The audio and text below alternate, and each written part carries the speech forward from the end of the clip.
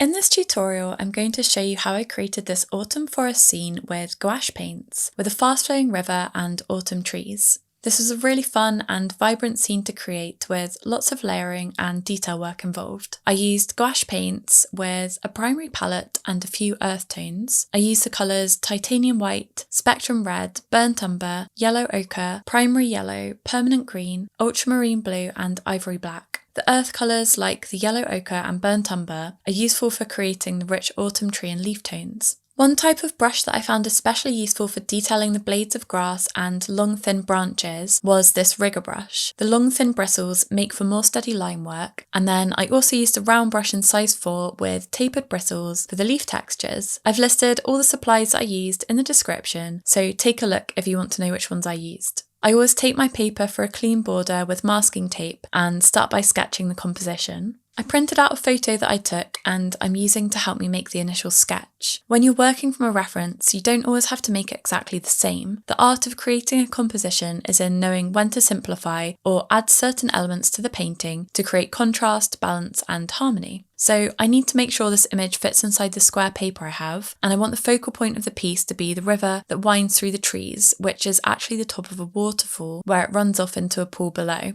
So I sketch out the sloped embankment which slants across the page just below the horizon line, the river which runs from the bottom left corner to the middle of the line I drew for the crest of the waterfall, the tree outlines and the shape of the roots below, and then I establish where the distant lake and cliffs will be. I'll focus on creating details like painting leaves and water texture later when I add colour. Like with my other gouache tutorials, I'm working in layers from the background to the foreground, from large shapes to specific details, which means I can refine the shapes and forms as I go. The first step of this painting was to mix some initial colours because there's a large range of vibrant tones in this painting and I wanted to have some of the mixes on the palette so I can easily draw from them when I need them instead of mixing all the tones as I go along. The first colour I mixed was the shadow tone for some of the distant reddish plant colours that seemed to be trailing up the cliff in the background. This was a mix of yellow ochre, burnt umber and spectrum red. The cliff itself is grey in tone, so I just mixed titanium white with a small amount of ivory black for the shadows. Then I mixed a bit of the brown tone with the grey to make a warmer light grey, which I will also use for the cliff. The foliage on the cliff leans more towards red than this brown tone, so I mixed another colour with burnt umber and more spectrum red with a bit of titanium white to make it lighter.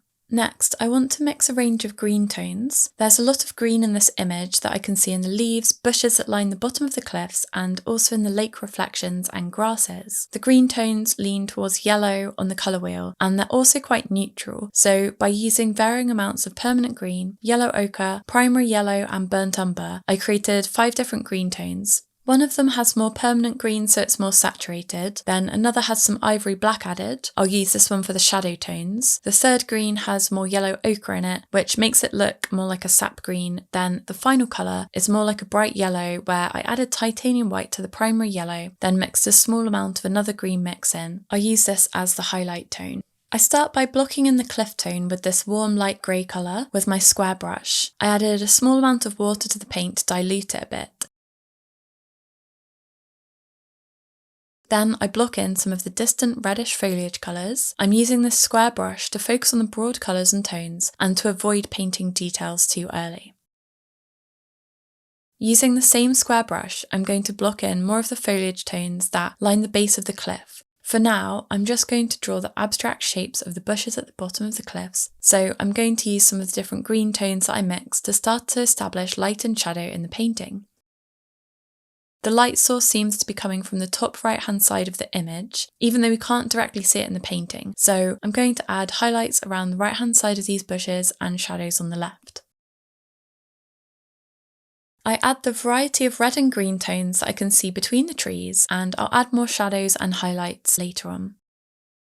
Because the first stage of the process is blocking in the base tones, then waiting for the layer to dry before adding details, I'm going to move on to painting the tones of the distant lake. Blocking in the colours of the entire painting is a good way to create cohesion between different sections early on. So I mixed the lake tones, which are deeper green and more bluish in tone than the leaf colours. So I mixed a range of tones with permanent green, a small amount of ultramarine, then some primary yellow. I added ivory black to neutralise the colours a bit, and for the lighter tones I added titanium white. For the reflections, I created a yellow-green tone with added yellow ochre. The ripples and reflections, which will be nearer the viewer, are reflecting the blue sky colour, so they will be a very light blue of titanium white and ultramarine. So I added some water to my brush, picked up the deep green tone and began to spread a layer to block in the lake colours. I concentrated some of the darker green colour that I mixed in the middle, as this is where the section of shadows beneath the autumn plants will be. At this early stage, I'm already using the direction and motion of my brush strokes to create a sense of movement in the water. The ripples appear to swirl in a curve upwards to the right, so I'm moving my brush in this direction to emulate this.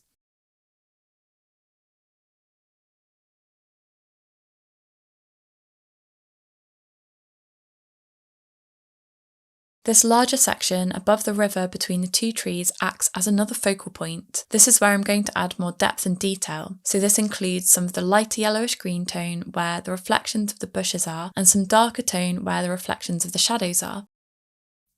I quickly want to tell you about the drawing course I created. It's an online course designed for beginners that covers the fundamentals of drawing, then progresses to showing you how to create realistic portrait drawings through practical online sessions. Through 55 lessons, I will help you build your skills up from complete beginner to drawing portraits like this, through practicing how to control the pencil, improving line quality and composition, constructing complex forms and proportions from scratch, and perfecting your shading. So if you're a complete beginner and not really sure where to start, this course is an all-in-one program that will take you from the absolute basics to more advanced techniques so that you can have a skill that you can enjoy for a lifetime. I'd absolutely love to have you join me. I put a link in the description so you can check out the details. I'm going to continue blocking in the rest of the painting, working on the foreground colours. You can see the riverbed through the torrents of water streaming down the river at the top of the waterfall. So I'm going to block this background tone as a grey colour, which I created with ivory black, a little titanium white, then diluted with a lot of water to create more transparency and flow. For the riverbanks at the side, I mixed burnt umber and ivory black, then added water to create this earthy brown mix. I used the same mix but with a little bit more burnt umber and less diluted to fill in the tree base colour.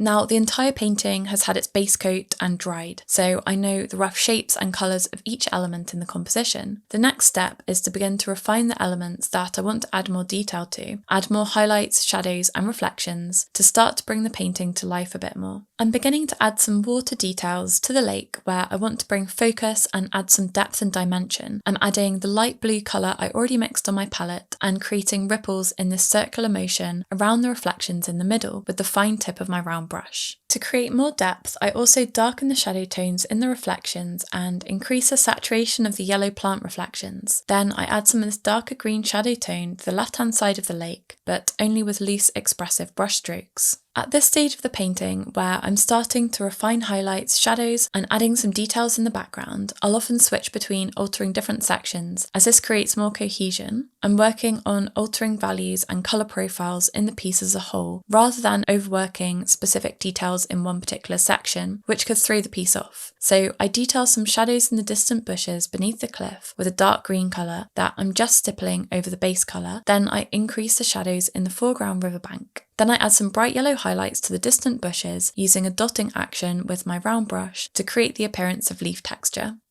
I want to start building up some water texture and details in the section of river that's flowing through the trees. The water is fast flowing, creating lots of bubbles and foam that's reflecting the light. So the water is going to appear white and light grey where the bubbles are collecting around the rocks. This whole section of water has quite a lot of movement and texture, so I'm going to start with expressive brush strokes with my square brush that I've loaded with slightly off-white paint. Then I removed excess moisture from the bristles by dabbing on a paper towel to create the dry brush effect. This effect is brilliant for picking up the paper's texture and creating broken marks. I use this technique a lot for creating organic texture, which works especially well for painting water. I'm swirling the brush around, establishing where the flow of water is curving and crashing around the rocks. I concentrate more white pigment where I want the appearance of water rapids to look more opaque, then stipple the remaining pigment over the dark rocks to make it look like water spray.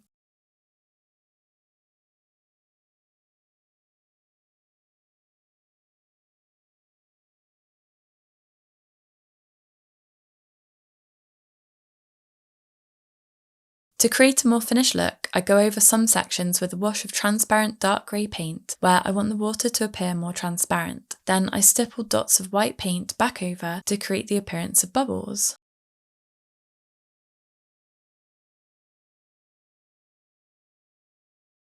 I'm happy with how the water looks in the painting, so I'm going to move on to detailing some bark and roots on the trees. For this, I've mixed a couple of variations of brown tones. One tone I mixed, I added more ivory black to for the shadow colour, then to the other I mixed titanium white for the highlight. The mid-tone is more of a saturated deep brown. I'm starting to paint these tree roots on this tree on the right hand side. They're exposed and knotted, so I'm going to add some shadows and highlights to add some extra depth and dimension to this section. The light source is coming from the top right of the painting, so I'm going to use the lighter brown colour to add some highlights on each of the roots where they overlap and then twist beneath. This is a process of refining each curve with a shadow and a highlight. A trick I use with gouache when I want to soften the edge of a shadow to make it appear more blurred is that I take a damp clean brush and wet the edges of some of the shadows after they've dried. This is especially effective on curved forms as it makes the shadows appear soft and diffused, with the light scattering around the form as it would do in life. I darken all the trees with this shadow tone, then go in and add extra highlights to the roots after this initial section has dried.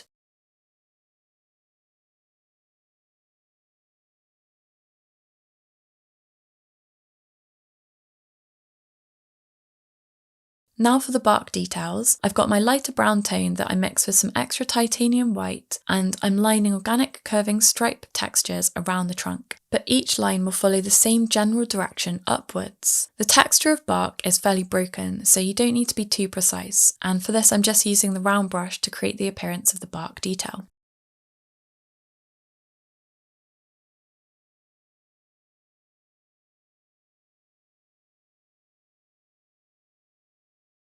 The next detail that I'm going to add to the tree before I start on the grass and leaves are these little branches and twigs. The rigger brush is really useful here because it holds a lot of paint in its long bristles and it means you can create long thin lines with it. So I detail these branches along the larger tree trunks, then I create this extra thinner smaller tree on the left hand side.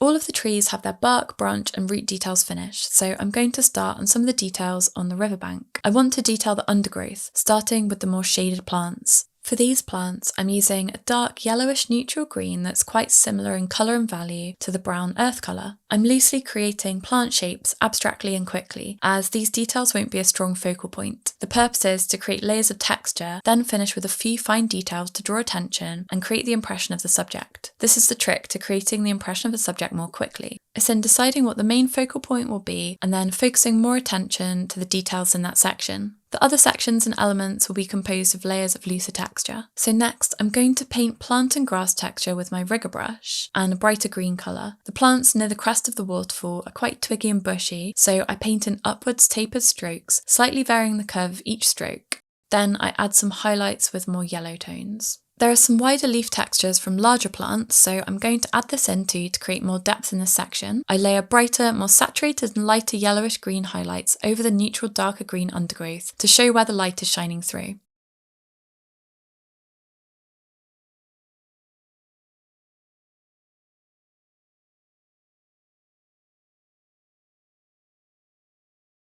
Finally, I'm going to dot some bright autumn leaf texture in yellow and orange around the tree trunks. The leaves are growing from two smaller trees between the big trunks. This is a case of stippling the leaves in clusters. I mixed a bright orange with spectrum red, primary yellow, titanium white and a bit of yellow ochre. Then I mixed a slightly darker, more neutral tone for some clustered leaves underneath the bright ones. The light is hitting these leaves directly, so they appear super bright and almost jewel-like in the sun. The leaves aren't circular in shape, they're tapered at one end, so I use the tapered brush like a stamp to mirror this shape. I spend quite a bit of time dotting these leaves, but it's worth it to see the details come alive in the painting.